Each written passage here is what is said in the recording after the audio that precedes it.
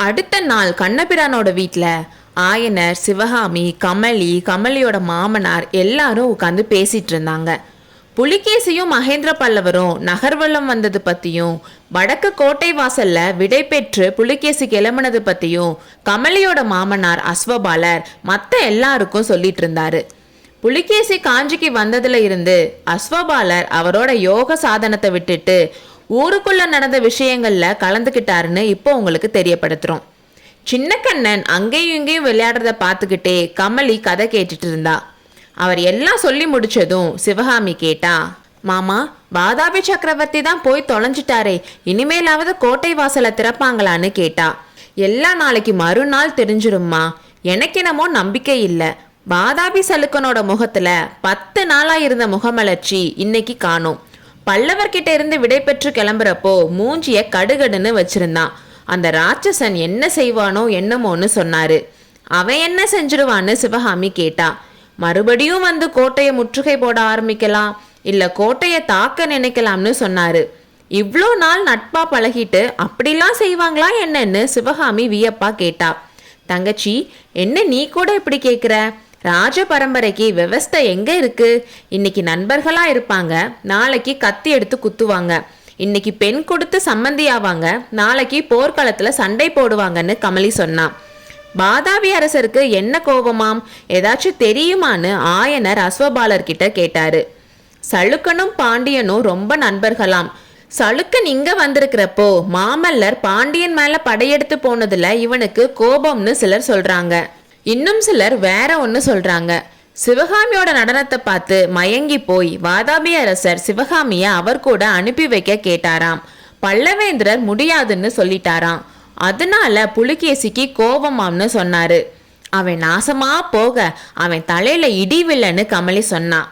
அப்போ, ஆஹா, இவ்வளோ திவ்யமான ஆசிர்வாதம் யார் வாயிலிருந்து வருதுன்னு ஒரு குரல் கேட்டதும் எல்லாரும் திடுக்கிட்டு அந்த கம்பீரமான குரல் வந்த பக்கம் பார்த்தாங்க. சின்ன கண்ணனை கூட அந்த குரல் கவர்ந்துருச்சு போல. அவனும் திரும்பி பார்த்தான். வீட்டோட பின்வாசல் வழியா உள்ள வந்தவரு மகேந்திர பல்லவ சக்கரவர்த்தி தான். அஸ்வபாலரே, நீங்க சொல்லிட்டு இருந்த வதந்தி ஏன் காதலையும் விழுந்துச்சு. ஆனா அது உண்மை இல்லை. வாதாபி சக்கரவர்த்தி சிவகாமிய அவர் கூட அனுப்ப சொல்லி கேட்கல. ஆனா என்ன சொன்னார் தெரியுமா? இந்த பொண்ணுக்கு இவ்வளோ மரியாதை கொடுக்குறீங்களே, என்னோட வாதாபிக்கு அனுப்பி வச்சா சாட்டையால அடிச்சு நாட்டியமாட சொல்வேன்னு சொன்னாரு. அந்த அளவுக்கு ரசிக சிகாமணியா இருக்காரு அந்த புலிகேசின்னு சொன்னப்போ உண்மையிலேயே அவரோட கண்கள்ல கோபத்துக்கும் வெறுப்புக்கும் அறிகுறி தெரிஞ்சிச்சு. அப்போ சிவகாமி, பிரபு, அப்படிப்பட்ட பரம ரசிகர் முன்னாடி என்ன நாட்டியமாட சொன்னீங்களே, அது நியாயமானு கம்பீரமா கேட்டா. அது தப்புதான் குழந்தாய். புலிகேசி முன்னாடி உன்னை ஆட சொல்லியிருக்க கூடாதுதான். ஆனா நான் கண்டேனா, அஜந்தாவோட அற்புத வர்ண சித்திரங்கள் யாரோட ராஜ்யத்துல இருக்கோ அவன் இப்படிப்பட்ட ரசிக்கிற தன்மை இல்லாதவனா இருப்பான்னு நான் நினைக்கல. ஆயனரே, காஞ்சி கோட்டைக்கு வெளியில இத்தனை மாசம் சலுக்கப்பட இருந்துச்சுல்ல, ஆனா ஒரு தடவை கூட மாமல்லபுரத்துக்கு போய் பார்க்கலையாம். நான் ஏன்னு கேட்டதுக்கு, உயிருள்ள மனுஷங்க இருக்கிறப்போ வெறும் கல் சிலைகளை போய் யார் பார்த்துட்டு இருப்பான்னு பதில் சொல்றாரு. அது மட்டுமா, அஜந்தாலையும் என்ன அதிசயம் இருக்கு, சுவர்ல வெறும் சித்திரங்கள் தானே இருக்குன்னு சொன்னாரு. இப்படிப்பட்ட மனுஷங்கிட்ட தான் அஜந்தா வர்ண ரகசியத்தை தெரிஞ்சிட்டு வர சொல்லி நாகநந்தி ஓலையோட பரஞ்சோதிய நீங்க அனுப்பி வச்சீங்க.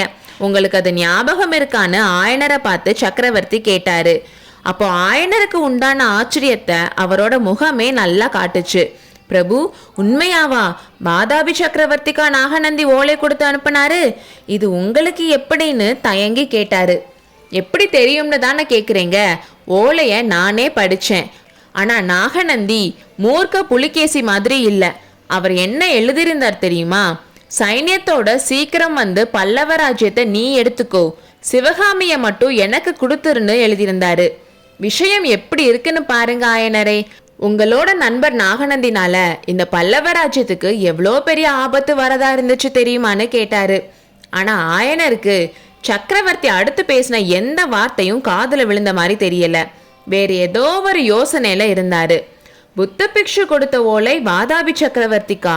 அப்படின்னா அஜந்தா வர்ண ரகசியம் புலிகேசி மகாராஜாவுக்கு தெரியுமா என்று தமக்கு தாமே மெதுவான குரலில் சொல்லிக் கொண்டார். அடுத்த அத்தியாயத்தில் சந்திப்போம்.